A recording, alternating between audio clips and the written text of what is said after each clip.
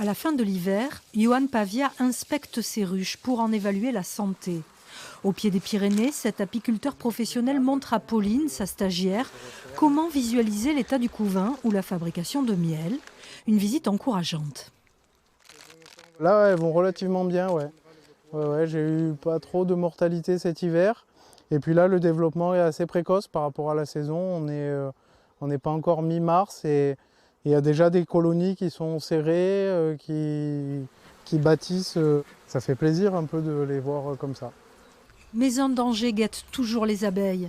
À la faveur des températures douces, le frelon asiatique sort de sa torpeur pour bâtir de nouveaux nids. C'est donc la bonne période pour le piéger.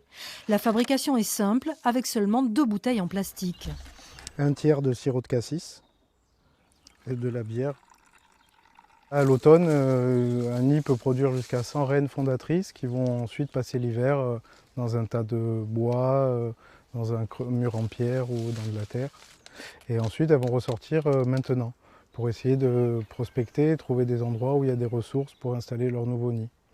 Et du coup, chaque reine qui est piégée là, c'est un nid potentiel en moins pour la saison à venir, quoi. L'idéal serait d'installer un piège dans chaque jardin.